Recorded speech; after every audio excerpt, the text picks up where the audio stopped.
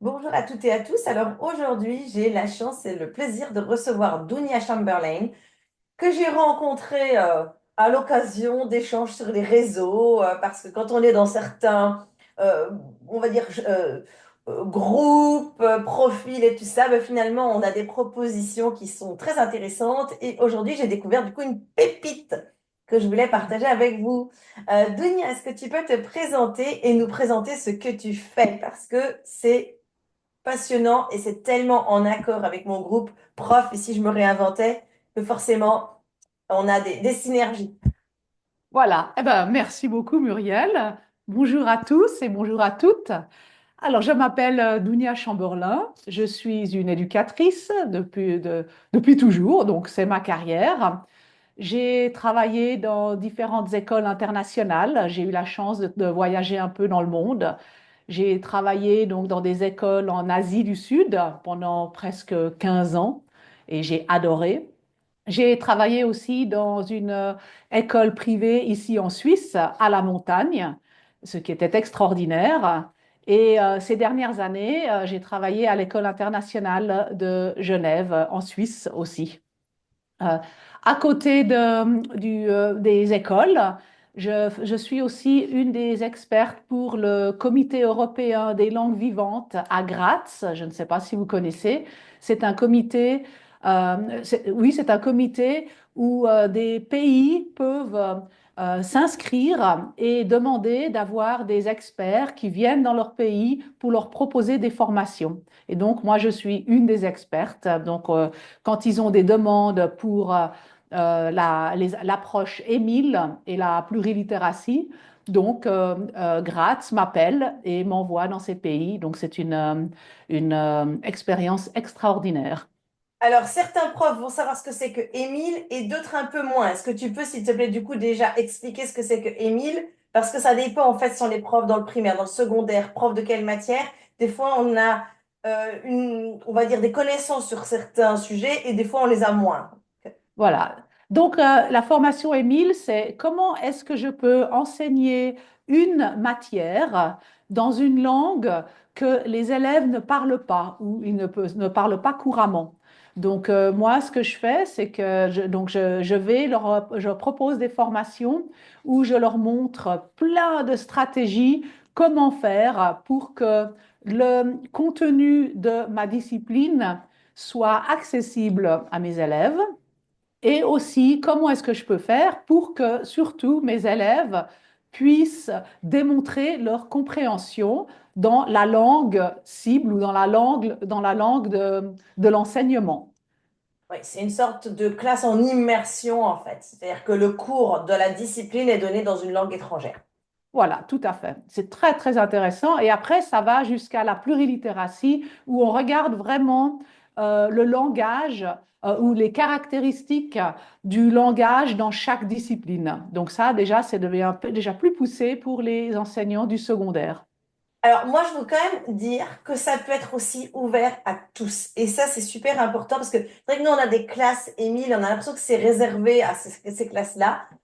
Moi, j'avais fait mon mémoire de KPSH à l'époque, donc de KPI au jour d'aujourd'hui, sur comment aider les élèves en situation de handicap à progresser en français à travers l'anglais. Donc, ça veut bien dire qu'en fait, on peut faire des ponts entre les matières et que c'est pas forcément réservé à l'élite. Parce que souvent, on croit que c'est réservé à l'élite, et en réalité, de créer des ponts entre les matières et d'apporter justement un décentrage de comment on aborde une matière, de comment on aborde un apprentissage, et ben en fait, ça apporte plein de choses à tout le monde. Oui, tout à fait. Et c'est pas seulement pour des enseignants de matière, mais c'est aussi pour des enseignants de langue. Parce que c'est surtout comment est-ce on amène des sujets ou des thèmes des classes de matière dans sa classe de langue pour pouvoir s'éloigner un peu des sujets traditionnels comme je ne sais pas, à l'école ou faire du shopping et des choses comme ça. Donc là, on peut aller parler avec les profs de matière dans notre école, leur demander, ah mais qu'est-ce que vous faites qu'est-ce que vous étudiez, quel thème est-ce que vous étudiez maintenant? Et après, prendre ce thème, l'amener dans la classe de langue et travailler dessus. Ouais, alors moi je le vois parce qu'en ce moment je suis enseignante d'anglais en BTS et dans certains BTS, il y a du co-enseignement langue matière. Et ça c'est vraiment super parce que ça permet aussi de décloisonner d'ailleurs entre les enseignants et c'est quand même une richesse incroyable et pour les étudiants et pour les enseignants. Oui, et surtout pour les étudiants, parce que maintenant, ils vont étudier du contenu qui est pas seulement du contenu de la salle de classe, donc des choses qu'on peut prendre à l'extérieur dans le monde, et c'est beaucoup plus motivant pour eux. Yes. Moi, je Tout l'ai à fait fait. avec les élèves de BTS sur comment concevoir même des cours et des présentations orales et comment se présenter aussi pour un entretien en anglais. Et du coup, en fait, ils font du coup les ponts entre les outils numériques et le projet qu'il y a derrière et la langue. Donc, et ils Voilà. sont super contents parce qu'en fait, du coup, ça donne beaucoup de sens aux apprentissages. Oui, tout à fait. Non, c'est vraiment une approche extraordinaire pour les enseignants et pour les élèves. Yes. Ok, super. Voilà. Et alors, depuis quelques années, depuis maintenant 2 ans, j'ai décidé, donc j'ai travaillé dans ces écoles internationales. J'étais principalement une directrice adjointe en charge de l'enseignement et de l'apprentissage. Et j'ai vu vraiment que le travail des enseignants devient de plus en plus difficile aujourd'hui. D'abord parce qu'on a énormément d'initiatives qui viennent du haut, donc de l'administration. Et qui On sont a pas contradictoires et ça nous rend dingue. Exactement. Ensuite, on a les parents qui nous mettent une pression monstre. On a aussi, ah ben maintenant j'ai perdu ce que je voulais dire. Euh, et on a aussi dans nos classes, maintenant si on regarde, on a presque entre 60 et 70, ou en France on dit 70, 70% des élèves qui ont besoin d'aide dans l'apprentissage ou dans la langue. Et bien entendu, le budget est restreint, donc on perd nos assistants, donc on doit tout faire nous-mêmes. Et donc, le travail des enseignants devient de plus en plus difficile. Et j'ai beaucoup d'enseignants, comme je travaille avec les enseignants, beaucoup d'enseignants qui m'ont dit, mais qu'est-ce qu'on pourrait faire pour nous aider? Et j'ai décidé donc d'ouvrir une plateforme qui est très ciblée, donc c'est une plateforme pour les enseignants et qui est créée par les enseignants. Donc je ne veux pas une plateforme comme on en trouve où d'abord vous pouvez trouver des formations de tout et de rien. Donc ça, je veux éviter, c'est quelque chose de très ciblé, mais aussi une plateforme avec des formations qui s'éloignent un peu de ce qu'on fait, ce qu'on trouve aujourd'hui. Vous savez, les gens vont sur l'IA, demandent à l'IA de créer une formation en 15 minutes et la mettre sur une plateforme à vendre pour 30 ou 40 euros. Et c'est pas du tout ce que je recherche. Moi, je recherche des personnes, je recherche des éducateurs qui sont spécialisés dans certains sujets ou dans certaines disciplines qui peuvent vraiment aider les profs dans leur salle de classe et surtout qui sont aussi très main à la pâte. Donc, on nous donne des stratégies que je peux utiliser immédiatement dans ma classe. Donc peut-être que je vous montre un petit peu la plateforme, mais très brièvement, comme ça vous pouvez voir de quoi ça a l'air. Alors je vais essayer de partager. On croise les doigts que ça marche parce qu'avec la technologie, c'est toujours un problème quand on en a besoin. Voilà. Donc ici, vous avez une plateforme, vous avez la plateforme qui s'appelle Innovating Teachers Academy, mais on l'appelle INTA avec l'acronyme. Et donc, sur cette plateforme, vous avez d'abord des formations pour les enseignants et qui sont créées par des enseignants. Et vous pouvez choisir ou des formations asynchrones, donc en ligne de façon autonome. Vous pouvez avoir des masterclass en ligne avec la formatrice ou le formateur.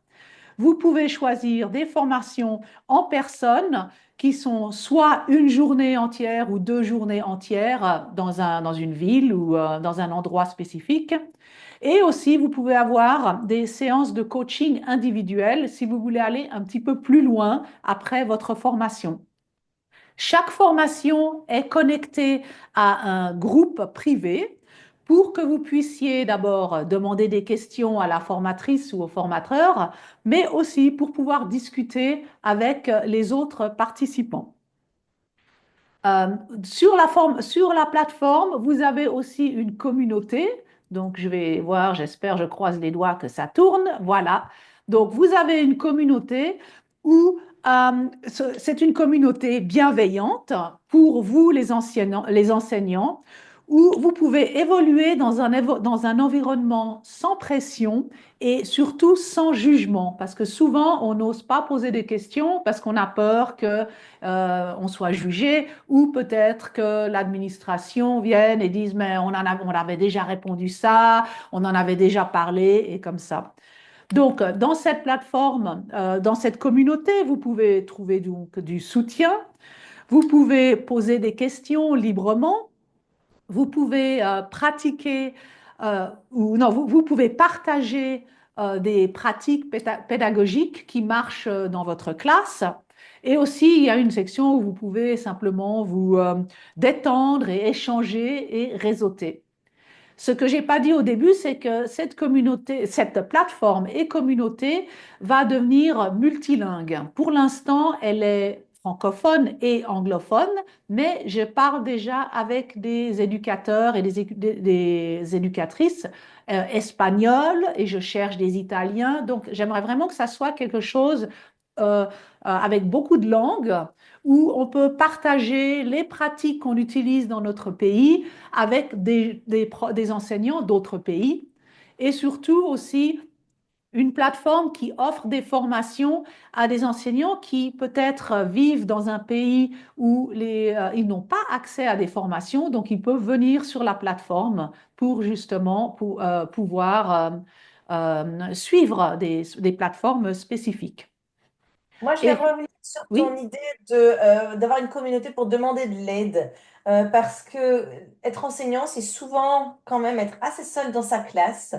Et puis parfois, on tourne uniquement dans sa communauté de son établissement scolaire et on n'y trouve pas toujours les réponses qu'on voudrait ou on n'ose pas toujours poser certaines questions parce que effectivement, on a peur du jugement. Et ça peut être vraiment chouette justement de pouvoir à la fois faire part de ces difficultés et poser des questions à des gens dont le jugement ne nous importera pas ou qui ne sont pas là de toute façon pour juger. tout à fait. Je trouve ça, c'est très, très important. C'est pour ça que je voulais créer une communauté où on n'a pas de pression et pas de jugement. Et en plus, très souvent, les enseignants me disent, mais où est-ce que je vais pour avoir justement une communauté comme ça? Il n'y en a pas beaucoup des communautés que pour des enseignants et que avec des enseignants. De nouveau, c'est très, très ciblé. Je ne veux pas d'autres personnes. Là, ici, on parle vraiment de pédagogie. Alors, est-ce que tu peux nous montrer justement deux, trois profils de personnes, de pédagogues qui vont venir maintenant contribuer en tant que formateurs dans ta plateforme? Parce que moi, j'ai vu passer certains messages Oui, intéressants, alors, tout certaines à fait. communautés. Alors là, nous sommes encore une plateforme assez jeune, mais Mm. ça commence vraiment à se construire. Donc, j'ai déjà quelques éducateurs. Donc, là, j'ai Laetitia et Suzanne qui sont aussi des expertes donc, de Émile et plurilittératie. J'ai Elaine qui offre des formations donc, dans l'entrepreneuriat et aussi comment est-ce qu'on peut inclure euh, le climat et notre planète dans notre discipline et surtout regarder le langage académique qui est très important. J'ai Howard et Irena Burton qui, eux, ont rajouté j'ai une section de ressources qui ont rajouté, donc je fais un parrainage avec eux. Leur compagnie s'appelle Ideas Roadshow et c'est une plateforme pédagogique qui propose des vidéos et des conversations avec des chercheurs du monde entier et dont certains lauréats du prix Nobel. Et donc, ils font des petites vidéos ou des conversations que les enseignants peuvent utiliser dans leur classe pour ajouter au contexte qu'ils essayent d'enseigner. Donc, c'est vraiment euh, une super ressource. Et en plus, maintenant, nous sommes en train de chercher des enseignants qui aimeraient peut-être utiliser ces ressources dans leur classe, nous donner un retour. Et si vous êtes intéressé, en retour, nous, on vous donnera accès à ces ressources pour une année gratuitement. Et les deux dernières formatrices qui viennent d'accepter de venir sur la plateforme, vous avez Julie Nanquetin-Rowe, qui, elle, donne des formations. Oui, là, il faut justement que tu changes tu viens de les ajouter, c'est pour ça, donc tu n'as pas encore mis à jour leur profil. Mais effectivement, Ah Julie oui, je vois. Nortaro, on la connaît super bien quand on est français, parce qu'elle faisait partie des candidats, je crois, pour être élue meilleure prof du monde, ou en tout cas, elle est très innovante et elle est très entendue en termes d'innovation pédagogique. Tout à fait. Et elle fait des superbes formations en personne, mais aussi en ligne, sur la classe autonome, qu'il faut vraiment voir. Incroyable. Et aussi, j'ai Virginie Blanc-Lam, une éducatrice en Suisse, qui donne des formations extraordinaires pour les enseignants avec des élèves de besoins spécifiques. Et vraiment, ces formations sont formidables. Elles donnent énormément d'outils aussi. Donc, nous sommes très contents d'avoir ces deux éducatrices sur notre plateforme et surtout des francophones, parce que c'est pas toujours évident de trouver des francophones. Et j'ai maintenant quatre autres formatrices et formateurs qui vont offrir des formations en anglais. Ils sont en train de les préparer. Et j'ai six autres formateurs et formatrices qui préparent quelque chose pour la nouvelle année scolaire. Donc, ça grandit doucement, mais sûrement. Et bien entendu, je cherche vraiment des éducateurs et des éducatrices qui sont de haute qualité, justement, qui nous donnent des formations, d'abord peut-être des choses qu'on ne trouve pas forcément dans le curriculum ou dans les programmes des écoles, et des choses qui peuvent nous aider directement dans notre salle de classe. Ok, en tout cas, effectivement, là, quand on connaît un petit peu le milieu de la formation d'enseignants, effectivement, on voit que ce sont quand même des profils très spécialisés, ce qui va permettre justement d'aller vraiment plus loin dans la matière. Tout à l'heure, j'ai vu qu'il y avait une catégorie ressources dans ta plateforme. Est-ce que tu peux nous montrer un petit peu, du coup, ce que c'est que ce drive des ressources pédagogiques alors? Oui, alors tout à fait. Pour l'instant, nous avons Ideas Roadshow. Donc ça, c'est la plateforme avec des vidéos et des conversations avec des personnalités renommées mondiales dans l'éducation.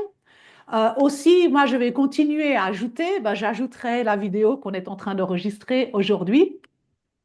Et donc, c'est vraiment un endroit où les enseignants qui sont membres de la plateforme, et ça c'est gratuit, vous pouvez simplement vous inscrire gratuitement, vous aurez accès à ces différentes ressources.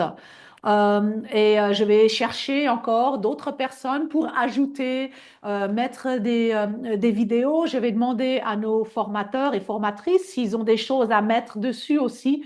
Comme ça, c'est vraiment, ça devient une bibliothèque pour vous, pour venir chercher des ressources, mais en faisant attention que ça ne devient pas une banque de données qui est tellement grande que finalement, on n'y va pas dessus parce qu'on ne s'y retrouve plus. Donc, Alors, l'accès aux ressources pédagogiques est gratuit et l'accès aux formations, lui, reste payant puisqu'il faut quand même rémunérer les personnes qui conçoivent les formations. exactement. Les formations sont payantes, mais là, nous sommes en train de regarder deux manières de le faire. Donc, où un enseignant va sur la formation non, va sur la plateforme et décide d'acheter, de payer pour une formation soi-même. Mais aussi ce que je fais justement parce qu'il y a beaucoup d'enseignants qui n'ont pas les moyens de payer une formation.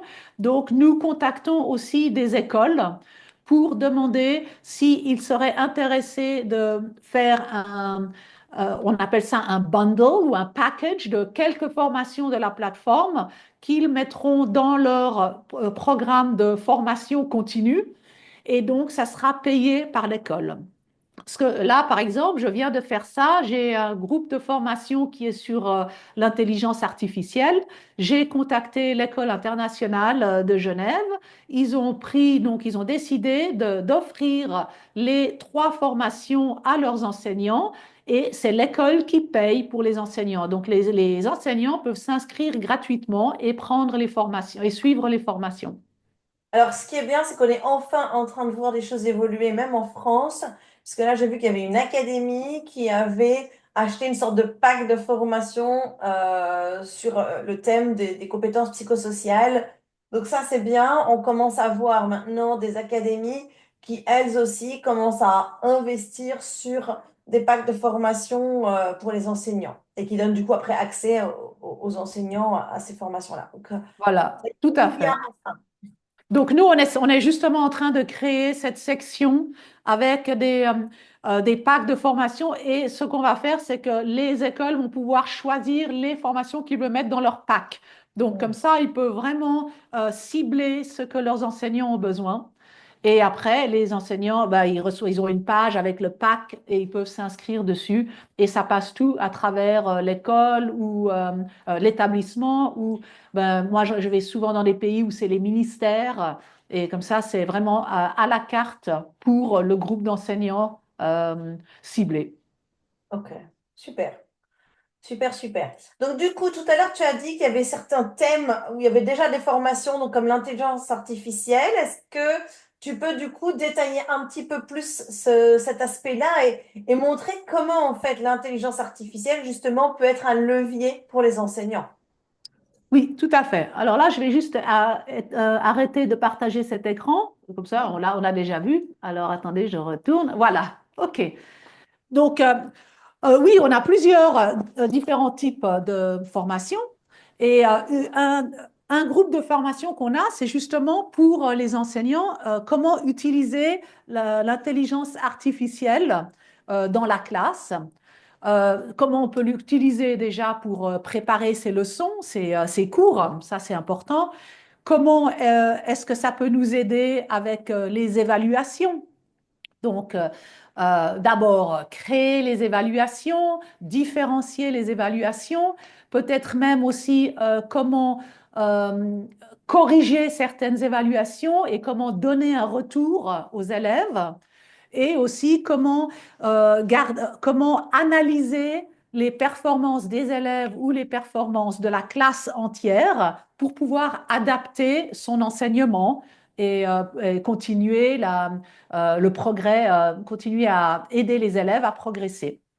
Et on a aussi une troisième formation où j'ai demandé avec les contacts, puisque je voyage beaucoup pour donner des formations, j'ai demandé à plus de 300 éducateurs un peu autour de l'Europe et demandé ben, quels sont les outils IA qui vous sont les plus utiles et que vous utilisez le plus souvent. Et donc, j'ai créé une formation avec une trentaine d'outils qui ont été recommandés et donc des choses qui ont été testées en classe et qui marchent et qu'ils utilisent le plus souvent. Génial. Bon, alors du coup, est-ce que tu veux nous donner un exemple vraiment super concret? Oui, j'ai préparé trois exemples, si vous voulez, pour Génial. Ah voir. bah oui, moi j'en demande un, t'en donnes trois, j'adore. Voilà. Moi, j'ai pensé que ça, c'est des exemples que moi, j'utilise énormément et qui sont très faciles à utiliser. Et donc, ce serait sympa que ben, je vais vous les présenter. Vous décidez si ça vous aide ou pas. Ben voilà. Alors, le premier exemple, c'est d'abord, bon, avant de donner l'exemple, c'est possible, donc, si vous voulez, d'utiliser des plateformes comme par exemple Magic School ou EduAid AI ces plateformes, elles vont vous créer des plans de leçons. Et vous pouvez faire comme ça, vous pouvez aller sur la plateforme, vous dites ce que vous voulez, et vloup, ça sort comme ça, et vous avez un plan de leçons. C'est une possibilité. Moi, je n'utilise pas trop cette possibilité parce que j'aime créer les choses moi-même, surtout que je suis très spécifique. Je veux que ça cible exactement les objectifs que j'ai avec mes élèves. Donc, au lieu d'utiliser des plateformes où c'est tout préparé, tout fait, Je préfère utiliser des moteurs de recherche, par exemple comme ChatGPT ou Gemini ou Perplexity. Et là, je demande des questions très spécifiques pour chaque activité que j'offre à mes élèves. Alors là, je voulais vous donner trois exemples d'activités d'activités que j'utilise avec mes élèves et comment j'utilise le moteur de recherche pour affiner mes activités.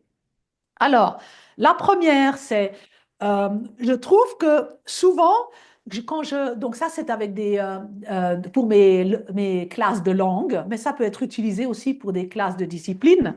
Je trouve que j'ai des difficultés à trouver des textes donc qui ciblent exactement ce que j'enseigne maintenant dans ma classe.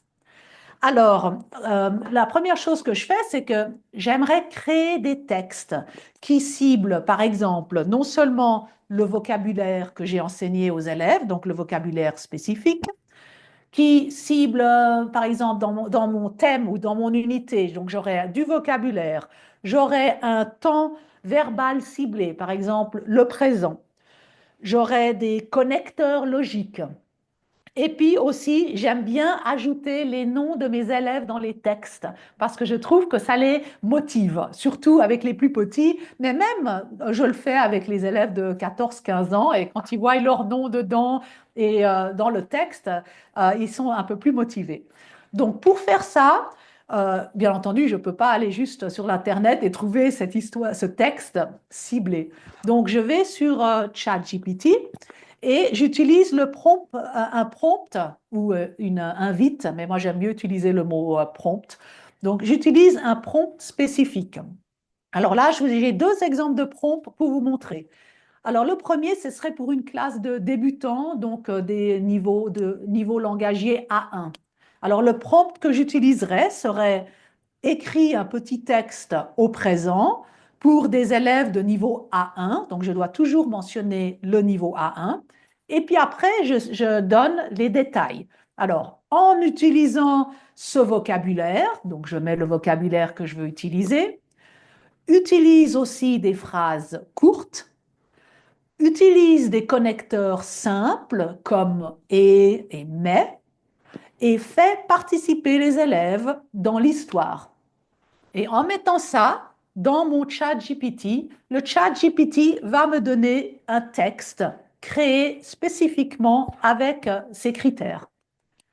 Un autre exemple que je pourrais utiliser, par exemple, pour un niveau plus avancé, des élèves peut-être de niveau B2, donc de niveau langagier B2, je pourrais demander à ChatGPT de faire rédige un texte d'opinion sur le sujet, faut-il avoir un animal à la maison? Vous mettez le sujet que vous voulez. En t'adressant à des jeunes de 12-14 ans, toujours donner l'âge des élèves, le niveau langagier, et après je donne des détails. Dans ton texte, utilise le présent de l'indicatif, utilise des connecteurs logiques comme parce que, mais, aussi, en revanche, utilise un vocabulaire varié et approprié pour un niveau B2, de nouveau, je dois donner le niveau que je veux, utilise des phrases argumentatives pour soutenir ton point de vue, comme par exemple je pense que, à mon avis, il me semble que, et implique les autres élèves en leur posant des questions ou en leur faisant réfléchir à la question, par exemple, est-ce que vous avez un animal chez vous? En écrivant un prompt détaillé avec tous les objectifs que j'ai, en donnant l'âge des élèves, en donnant le niveau langagier, en donnant le type de texte que vous voulez, peut-être vous voulez un texte narratif, un texte descriptif, soyez très détaillé et après, ChatGPT vous donnera un texte et après, si vous le regardez et s'il manque toujours des choses, rajoutez, dites, ah ben j'ai oublié de mettre ça, j'ai oublié de mettre ça. Vous pouvez, quand ChatGPT donc vous donne le texte, après, moi, je peux affiner la recherche et je peux aussi demander, est-ce que tu pourrais créer une fiche avec des activités Donc, si c'est des élèves de niveau langagier A1, ils pourraient avoir des activités comme répondre aux questions de compréhension, ils pourraient compléter un texte avec les mots manquants, ils pourraient compléter ou écrire la fin de la phrase, ou ils pourraient créer des questions pour des phrases dans le texte. Mhm. Ou si c'était par exemple pour un niveau B2, là, avec faut-il avoir un animal à la maison, on pourrait avoir des activités comme une discussion en groupe, et vous pouvez demander même à ChatGPT de créer les groupes euh, en regardant quel est l'objectif. Ou vous pouvez leur demander d'écrire une lettre à un ami, avoir un débat, ou peut-être même créer une affiche. C'est vraiment infini. Simplement demandez ce que vous voulez. Il vous donnera même des exemples et après vous pouvez dire, ah ben voilà, j'aime bien cet exemple. Est-ce que tu peux me le donner? Et vous pouvez même lui demander de le faire sur un document Word pour que ça puisse être facilement exporté. Donc ça, c'est Super. le premier exemple que j'avais. Moi, je l'utilise très souvent et je l'utilise pour les langues, je l'utilise pour les disciplines et pour mes élèves de tout âge. Non, mais moi, je l'utilise beaucoup aussi, même en thérapie, tu vois. Ah, Euh, d'accord. ouais, ouais. Ah oui, oui, oui, parce qu'en fait, quand j'ai des personnes qui viennent avec des sujets spécifiques, de temps en temps, je vais pas forcément avoir toujours exactement euh, suffisamment de pistes pour être sûr d'aller travailler toutes les dimensions de la problématique. Et du coup, pendant la séance, de temps en temps, j'interroge. Alors moi, je travaille plus avec copilote, mais c'est pas grave. Et du coup, ça me donne des idées pour rebondir et ça m'évite, moi, de projeter ce que je pense, moi. Voilà. Exactement. C'est Tout à fait. vraiment chouette. Bien sûr, l'intelligence artificielle ne fait pas le travail en soi. Il ne fait que redonner ce que nous, on lui a donné. C'est-à-dire que, Oui, comme je dis toujours, shit in, shit out, ou merde in, merde out, si on donne quelque chose qui n'est pas bon, on récupère quelque chose qui n'est pas bon. Par voilà. contre, à force de savoir comment alimenter l'intelligence artificielle, on a des retours qui sont plus riches. Oui, tout à fait. Et de Mm. nouveau, c'est ciblé à ce que vous voulez, au lieu d'aller sur une plateforme où vraiment vous ne pouvez pas donner tous ces détails, donc ça ne sera pas aussi précis. Exactement. Super, merci. Alors, le Merci. deuxième exemple que j'ai, c'est toujours, quand, je trouve que c'est difficile de trouver des textes qui sont à la fois adaptés à l'âge de mes élèves, à leur capacité cognitive et au niveau linguistique. Donc, par exemple, si j'ai des élèves de 12 ans et mais c'est des débutants dans la langue, j'aimerais leur trouver un texte qui n'est pas écrit pour des élèves de 6 ans parce que ça ne marche pas. En plus, ce n'est même pas les mêmes thèmes. Donc, comment je fais? Avant, c'était très difficile. Maintenant, de nouveau, avec un moteur de recherche, c'est beaucoup plus facile. Alors, de nouveau, ce que je fais, c'est que je regarde alors, comment je vais écrire mon prompt. Qu'est-ce que je vais mettre dans mon prompt pour que ça soit exactement ce que je veux? Alors, j'ai pris un exemple. On vient de voir il y a quelques mois que l'Australie a interdit l'accès aux réseaux sociaux aux enfants de moins de 16 ans. Donc ça, je trouve que c'est un thème très intéressant et j'aimerais justement l'utiliser avec mes élèves. Mais mes élèves sont des débutants ou peut-être d'un niveau langagier B1. Alors, je peux aller j'ai regardé dans Le Monde le 28 novembre, il y a un excellent article que j'aimerais utiliser, mais il Audio. n'est pas C'est pas accessible. adapté du tout. Voilà. Voilà, Mm. il n'est absolument pas adapté ou accessible à mes élèves. Donc, je vais utiliser cet article et je vais le mettre dans ChatGPT et je vais lui demander de l'adapter.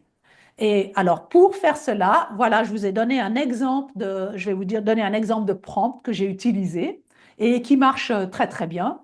Alors, j'ai d'abord réécrit le texte sur l'Australie interdit l'accès aux réseaux sociaux aux moins de 16 ans dans Le Monde le 28 novembre, en le rendant accessible à mes élèves de niveau B1. Je dois donner le niveau pour qu'ils sachent exactement.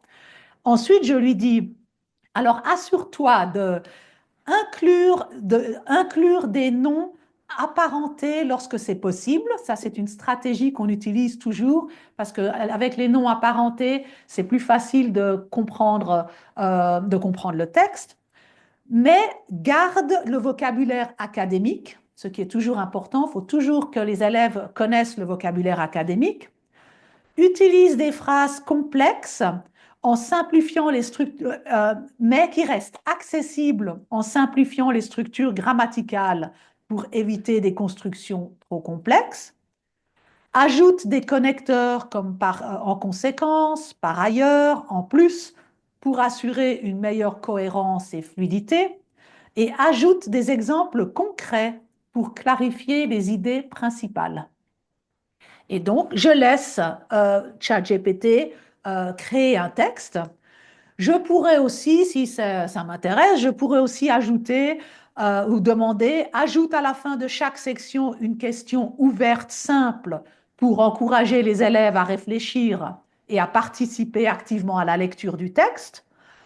Je pourrais aussi leur demander si le texte contient des termes techniques, définis-les clairement avec des exemples accessibles ou simplifiés.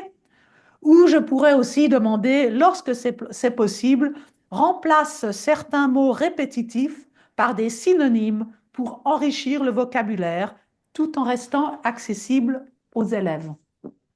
Donc voilà, en mettant un prompt très spécifique, le texte du monde, donc le texte que j'ai trouvé dans le journal, je peux le rendre accessible à mes élèves et on peut en travailler dessus. Et c'est un thème qui est adapté à leur âge et qui est surtout adapté à leur capacité cognitive. Génial.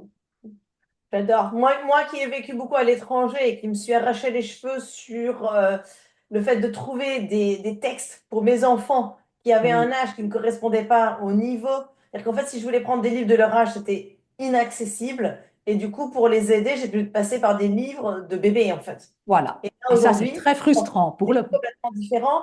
Ou Ouais, même quand ma fille était au lycée en Italie et qu'il a fallu que je la fasse travailler sur de la littérature italienne très complexe, si j'avais pu de temps en temps lui préparer un résumé, ça m'aurait évité des heures et des heures de travail que je faisais pour elle. Enfin, aujourd'hui, on ne peut plus travailler de la même façon qu'avant, en fait. voilà, tout à fait. Et Tout à heureusement, fait. parce que c'est magnifique ce qu'on a maintenant.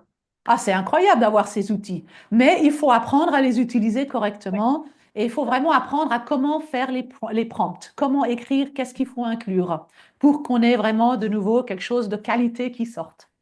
ouais, Voilà. ça, Et super. peut-être le dernier exemple que je voulais faire, ça c'est un exemple que je trouve important parce que c'est pour la différenciation. On a toujours, vous savez, dans les classes maintenant, comme j'ai dit au début, on a plus de 60% des élèves qui ont des difficultés d'apprentissage ou des difficultés langagières. Donc, comment est-ce que je peux différencier pour ces élèves-là? Euh, Quelque chose qui est très important, donc moi j'ai un background dans les programmes, dans la création des programmes, dans le curriculum. Et Des programmes scolaires. Des programmes oui, les scolaires. programmes scolaires, pardon, oui. Et une méthode que j'utilise tout le temps, c'est la méthode de la planification à rebours. C'est-à-dire que quand je veux faire quelque chose, quand je veux créer quelque chose, je vais toujours regarder quel est le résultat final. Je commence par le résultat final et ensuite je remonte. Donc, j'utilise cette même stratégie pour la différenciation. Donc, si je veux différencier sur différents niveaux, je vais d'abord créer ce que je veux que mes élèves avancés fassent avec tous les objectifs que j'ai en tête. Ensuite, je vais différencier le produit euh, pour les élèves intermédiaires et finalement, je vais encore différencier un peu plus pour les élèves débutants. Donc là, j'aimerais vous montrer comment ça marche avec un exemple un peu plus concret. Alors, euh, donc, pour les élèves avancés, donc je commence avec la fin. Donc, les élèves avancés, j'aimerais qu'ils aient, je propose un texte et j'aimerais qu'ils répondent à des questions sur ce texte. Et quand ils répondent à ces questions, j'aimerais qu'ils répondent de manière détaillée et structurée. J'aimerais qu'ils justifient leurs idées à l'aide de preuves précises tirées du texte. Et j'aimerais aussi qu'ils emploient un vocabulaire riche et approprié. Donc, Oui. Pour faire ça, je vais donner le texte à ChatGPT et je vais créer un prompt pour qu'il me crée des questions qui incluent justement ces objectifs. Alors, un exemple de prompt que j'utiliserais, ce serait génère des questions de compréhension de niveau avancé à partir du texte. Donc, moi, j'ai utilisé la biographie de Gregory Porter parce que c'était pour une classe de musique. Ensuite, je demande à ChatGPT, les réponses attendues doivent être détaillées, structurées, appuyées par des preuves précises du texte et utiliser un vocabulaire riche. Et donc là, ça va me donner des questions. Par exemple, je vous donne juste une question. Bien entendu, ça m'en donnera. Vous pouvez demander combien de questions vous voulez. Mais là, je vous en donne une. Alors, par exemple, il m'a donné décrivez le parcours de Gregory Porter du sud de la Californie jusqu'à New York. Comment chaque étape a-t-elle contribué à sa construction en tant qu'artiste? Donc vraiment, là, c'est une question bien structurée qui pousse à la réflexion, qui demande d'utiliser des preuves du texte et qui demande aussi d'utiliser un vocabulaire varié et riche. Quand j'ai ça, donc j'ai préparé la partie pour mes élèves avancés, maintenant je vais commencer à échafauder. Donc je vais commencer à donner des... Des à payages, en donner fait. pardon? Après, tu demandes avec plus d'étayage, en fait. Voilà, exactement. Je vais demander avec plus d'étayage pour les élèves intermédiaires. Alors, pour les élèves intermédiaires, ce que je vais faire, je vais d'abord, j'aimerais avoir des étayages, donc j'aimerais qu'ils aient des amorces de phrases pour les aider, et j'aimerais qu'ils aient des cadres de phrases pour la structure des réponses. Donc ça, c'est une manière de simplifier pour les élèves qui n'ont pas encore le niveau pour écrire des phrases entières eux-mêmes. Alors un prompt que je pourrais utiliser pour ça, je vais dire à partir du même texte, puisque j'utilise la même chose, créer les mêmes questions de compréhension que pour le niveau avancé, mais avec des amorces de phrases et des cadres de réponses pour guider des élèves du niveau B1 ou intermédiaire. Et là, ChatGPT me donnera des questions, par exemple, décrit les étapes importantes du parcours de Gregory Porter de la Californie à New York, mais il va donner des amorces comme Gregory Porter a grandi à trois petits points, ensuite il est allé à trois petits points. Ou ça peut me donner un cadre de phrase, trois petits points, puis après une blessure, trois petits points, ou trois petits points, il a déménagé à New York, ou il a trois petits points. Et là, donc, vous aidez les élèves à construire des phrases. Et ça, c'est le processus pour pouvoir les amener au niveau où ils peuvent construire leurs phrases eux-mêmes. Ouais, c'est le parcours vers l'autonomie, quoi. Exactement, le parcours vers l'autonomie. Et donc là, j'ai créé les questions pour mes avancés, j'ai créé les questions pour mes intermédiaires, et je vais faire de même avec mes débutants, si j'en ai. Alors, là, de nouveau, pour les débutants, j'aimerais qu'ils aient des phrases à compléter à l'aide d'informations tirées du texte, donc des phrases à trous, ou j'aimerais aussi qu'ils aient des questions guides pour les orienter dans leurs réponses. De nouveau, ça les aide un peu plus parce que eux ne peuvent encore pas vraiment faire des phrases entières. Alors, le prompt que je vais utiliser, c'est à partir du même texte, bien entendu, transforme les questions de compréhension en exercices de type phrase à trous ou question guide pour des élèves débutants. Et ce que ChatGPT me donnera, donc c'est pour des phrases à trous, il me donnera Grégory Porter aimait écouter les disques de trois petits points. Il pensait que c'était comme trois petits points pour lui. Ou une question guide, ce serait une question où a grandi Grégory Porter? Et déjà là, on me donne la réponse, il a grandi à trois petits points.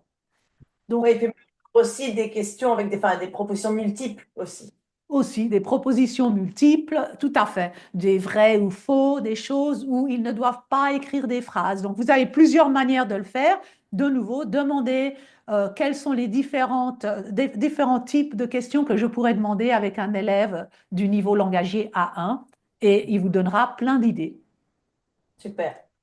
Voilà, donc ça, c'est trois exemples que j'utilise régulièrement, qui marchent très bien, qui, après, en tant qu'enseignante, je suis beaucoup plus contente avec le résultat que je reçois des élèves. Et je trouve aussi que les élèves sont beaucoup plus motivés parce qu'ils s'y retrouvent. Ils retrouvent leur niveau, donc ils se sentent en sécurité. Ils peuvent répondre aux questions, donc ils ont des succès. Et après, ce que je fais, c'est que je regarde leur niveau. Et puis aussi, ce qui est bien, c'est que ça les motive parce ils voient comment ils peuvent aller d'un niveau à l'autre et comment ils progressent avec la langue. Super. Donc ça, c'est le genre de choses que tu peux donner dans les formations, justement, qu'on peut trouver sur la plateforme, de façon Tout encore à plus fait. approfondie, j'imagine, et sur des thématiques variées, parce que là, on était sur les langues, mais toutes les disciplines sont concernées de toute façon. Tout à fait. Oui, c'est exactement ça. Donc, j'explique comment faire des prompts, comment écrire des prompts, je donne des exemples. Et après, ben, on va dans les différents types d'activités, comment on peut faire aussi des activités interactives. Et ensuite, on va dans l'évaluation. Et, euh, et comme ça, oui, tout à fait. Génial. Oui, parce que l'évaluation, c'est pas juste donner une note, il faut que ça serve à quelque chose derrière. Voilà, eh ben je me focus principalement sur les évaluations formatives et diagnostiques. Sans blague. Puisque moi je suis bon, ben, c'est un avis personnel, mais ça dépend l'âge des élèves. Je pense qu'on n'a pas tout le temps besoin des notes. Peut-être on regarde plutôt ce qu'ils font et pour moi c'est une ligne d'apprentissage. Et donc comment est-ce que je peux les amener du début à la fin de l'apprentissage et adapter mon apprentissage pour qu'ils puissent progresser et arriver aux objectifs finaux. Super, merci beaucoup. Alors du coup, nous, on ne peut que inciter les gens à venir s'inscrire sur la plateforme, déjà voir les ressources, et puis commencer à regarder quels sont les types de formations disponibles. Parce que même si effectivement, on n'a pas forcément envie de mettre son budget personnel dans des formations, parfois, parfois, ça fait quand même du bien, justement, de se former à quelque chose qui va nous amener à changer de posture, qui va nous amener à sortir de ce qu'on faisait jusqu'à présent pour, je dirais, progresser dans notre pratique. Parce que quand même, quand on est prof, on tient en général à ce que notre pratique soit chouette. Tout à Et donc fait. voilà, moi je sais que ça m'arrive régulièrement quand même d'investir dans des formations pour moi, parce que pour moi, si je ne le fais pas, bah, je n'avance pas. Et donc voilà, mais j'entends les soucis budgétaires et il faut espérer que de plus en plus d'écoles et d'académies permettent aux profs d'avoir des accès à des plateformes comme ça. Tout à fait. Et moi, je suggère vraiment allez demander à votre administration. Dites, j'ai trouvé cette formation. Est-ce que ce serait possible de la faire à travers notre programme de formation continue? Et ben, je sais que moi, j'étais en charge de ce programme et quand j'avais des profs qui venaient, j'essayais de trouver le budget pour leur offrir cette formation parce que c'est quelque chose d'important. Donc, on perd rien à demander. Super, merci beaucoup Dunia.